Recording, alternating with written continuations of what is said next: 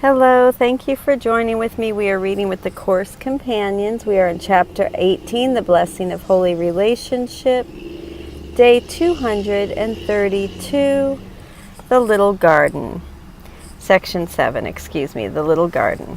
And if you'll please close your eyes and join me in prayer. Dear God, please enable me to set aside everything I think I know about everything, God.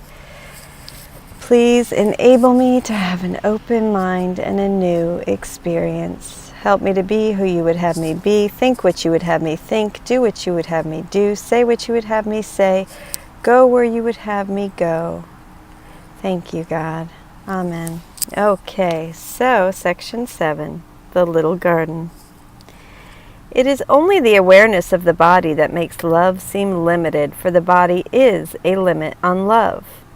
The belief in limited love was its origin, and it was made to limit the unlimited. Think not that this is merely allegorical, for it was made to limit you. Can you, who see yourself within a body, know yourself as an idea? Everything you recognize you identify by externals, something outside itself. You cannot even think of God without a body or some form you think you recognize.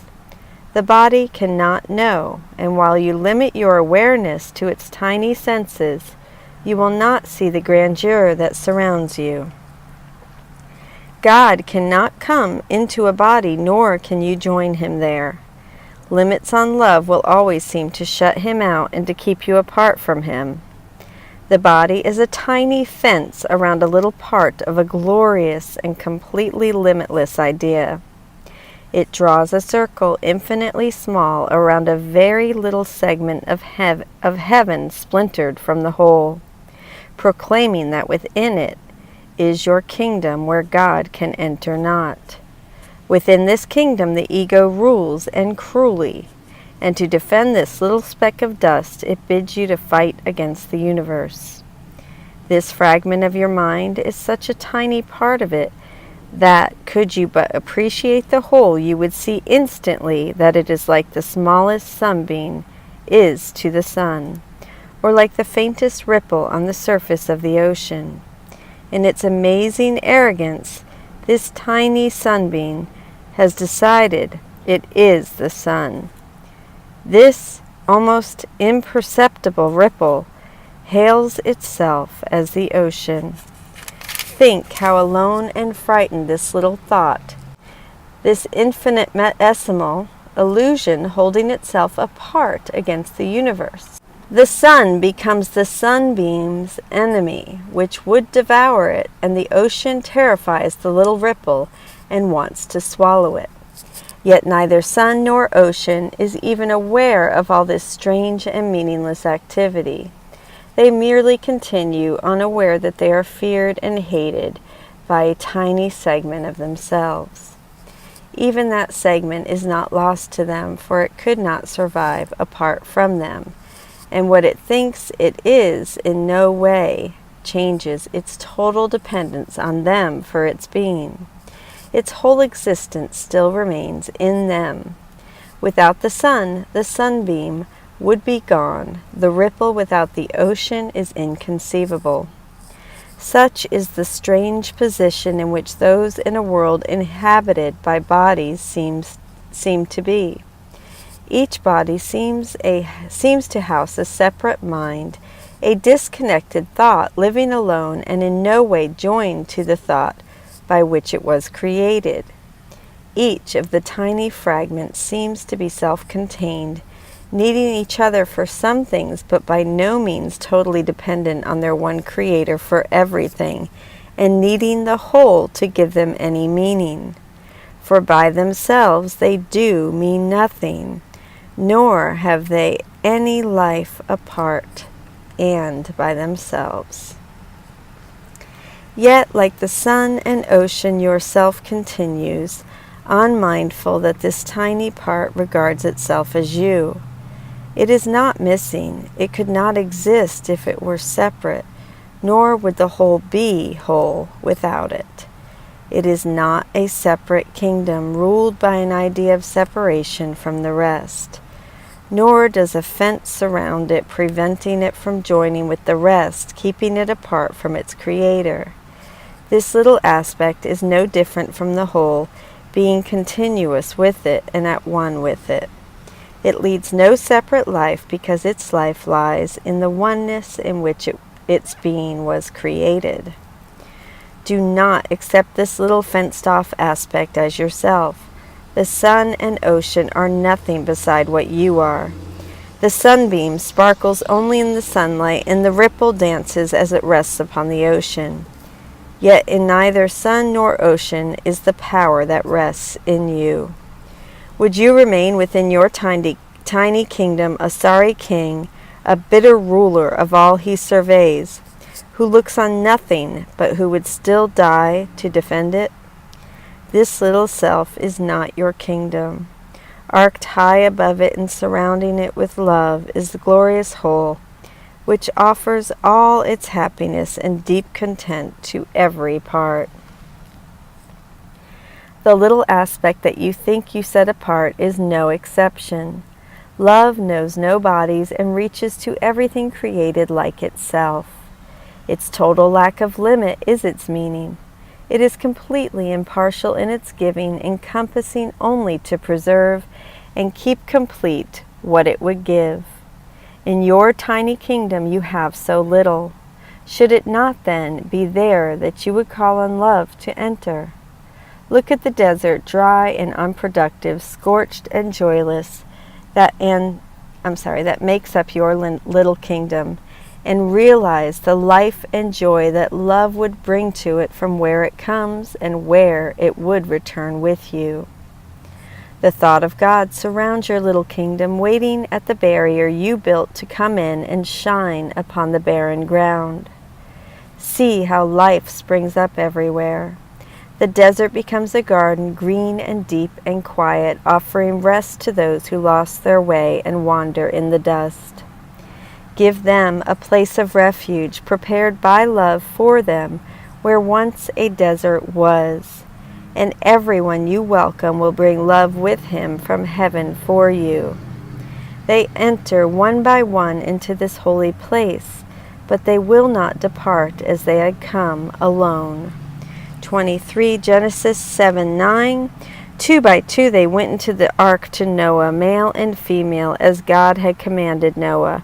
In what appears to be an allusion to this famous biblical image, individuals enter into the place of sanctuary, one by one, but they leave together. The love they brought with them will stay with them as it will stay with you, and under its beneficence your little garden will expand and reach out to everyone who thirsts for living water. Footnote 24. John 4:10-11. Jesus answered her, "If you knew the gift of God and who it is that is saying that to you, 'Give me a drink,' you would have asked him, and he would have given you living water." The woman said to him, "Sir, you have nothing to draw with, and the well is deep. Where do you get that living water?" The love they brought with them will stay with them, as it will stay with you, and under its beneficence your little garden will expand and reach out to everyone who thirsts for living water, but has grown too weary to go on alone. Go out and find them, for they bring yourself, capital S, with them, and lead them gently to your quiet garden and receive their blessing there. So will it grow and stretch across the desert, leaving no lonely little kingdoms locked away from love and leaving you outside. And you will recognize yourself and see your little garden gently transformed into the kingdom of heaven, with all the love of its Creator shining upon it. The holy instant is your invitation to love to enter into your bleak and joyless kingdom and transform it into a garden of peace and welcome. Love's answer is inevitable. It will come because you came without the body and interposed no barriers which would interfere with its glad coming. In the holy instant you ask of love only what it offers everyone, neither less nor more. Asking for everything, you will receive it, and your shining self, capital S, will lift the tiny aspect that you tried to hide from heaven straight into heaven. No part of love calls on the whole in vain. No son of God remains outside his fatherhood. Be sure of this, love has entered your special relationship and entered fully at your weak request. You do not recognize that love has come because you have not let go of all the barriers you hold against each other, and you will not be able to give love welcome separately. You could no more know God alone than He knows you without your brother. But together you could no more be unaware of love than love could know you not or fail to recognize itself in you. You have reached the end of an ancient journey, not realizing yet that it is over. You are still worn and tired, and the desert's dust still seems to cloud your eyes and keep you sightless. Yet He whom you welcomed has come to you and would welcome you. He has waited long to give you this. Receive it now of Him, for He would have you know Him. Only a little wall of dust still stands between you. Blow on it lightly and with happy laughter, and it will fall away. And walk into the garden love has prepared for both of you. Footnote 25. This may be a reference to Matthew 25:34. Then the king will say to those at his right hand, those who help their brothers, Come, O blessed of my Father, inherit the kingdom prepared for you from the foundation of the world. Thank you so much for joining with me, and now we will read Robert Perry's commentary. Chapter 18, The Blessing of Holy Relationship, Day 232, Section 7, The Little Garden. I am tempted to let this moving section stand without comment. The imagery is so beautiful, so vivid, and so clear. There is a reason it is a favorite of so many students. However, there are two things I feel simply must be said. First, although I have long considered this section as consisting of two extended images, the sunbeam ripple image and the little garden image, both images are contained within one larger image, that of the body as a tiny fence, which walls off a small segment of our overall mind. This segment is the sunbeam and the ripple, and it is also the desert kingdom that transforms into the little garden. It is not our ego, rather it is ruled by the ego. The segment itself is the tiny part of our total mind that we currently identify with. With this understanding of the central image, we are in a position to better understand the two images. The point of the sunbeam ripple image is that while we think of our current mind as the sum total of our being, the truth is that it's an infinitesimally small part of an unimaginably vast whole. The point of the little garden image is that right now our mind is like a barren desert, but if we invite love into it, it will become a lush oasis, a refuge for all those wandering in the desert where they can come and rest. The second thing I want to say is that the section is entirely different if you apply its images personally to yourself. So let's do that. The sunbeam ripple. To apply this image to yourself, let's first look within and realize that you tend to think of your conscious mind as the sum total of your being. You do feel like a self-contained entity. It's as if your skull is a fishbowl that holds your priceless consciousness. You feel like you have your own independent existence, meaning that no power source from outside the fishbowl seems required to keep your consciousness lit. Now realize that the water in that fishbowl is only a ripple on the ocean of your true being. You are the ocean, not the ripple. Realize further that there is no bowl around that water. The barrier that you thought contained your consciousness is not actually there. Nothing actually separates your ripple from the rest of the ocean. Finally, realize that the ripple of your consciousness is not self-sustained. It rests on the ocean and is totally dependent on the ocean for its very existence. All of these are different ways of saying the same thing. Your being lies in that ocean. Try for a few seconds to just let that in. In the words of Jesus, refuse to accept this little fenced-off aspect as yourself.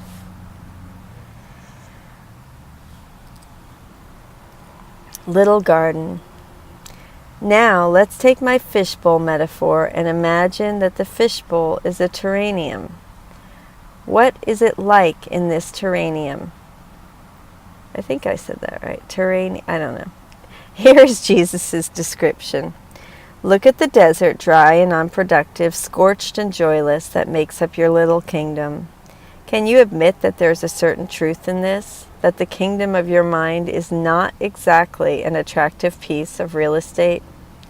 Given that you have so little in this kingdom, says Jesus, why not choose a holy instant and thereby call on love to enter? Imagine that this happens, that love really enters and takes up residence in your mind. Would it not at that point be fitting to think of your mind as turning into a lush garden, an oasis in the desert of this world? Then imagine that other people who have been wandering for decades in an unforgiving wasteland come upon this garden of love. Won't they want to stay in your presence a while, take refuge in your oasis? Won't they feel as if they have at last found what they have been looking for all these years? And as they rest in your love, won't they find themselves recuperating, healing? Might they not begin to let love enter their own minds so that their minds too become quiet gardens? Finally, won't they naturally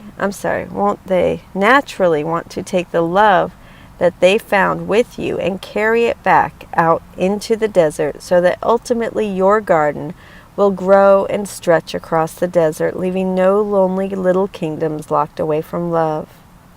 Do you feel the lure of this picture? I certainly do. How can we not want our mind to become a garden of love in a desolate world? Thank you so much for joining with me. Chapter 18, The Blessing of the Holy Relationship, Day 232, Section 7, The Little Garden. I love you. Thank you.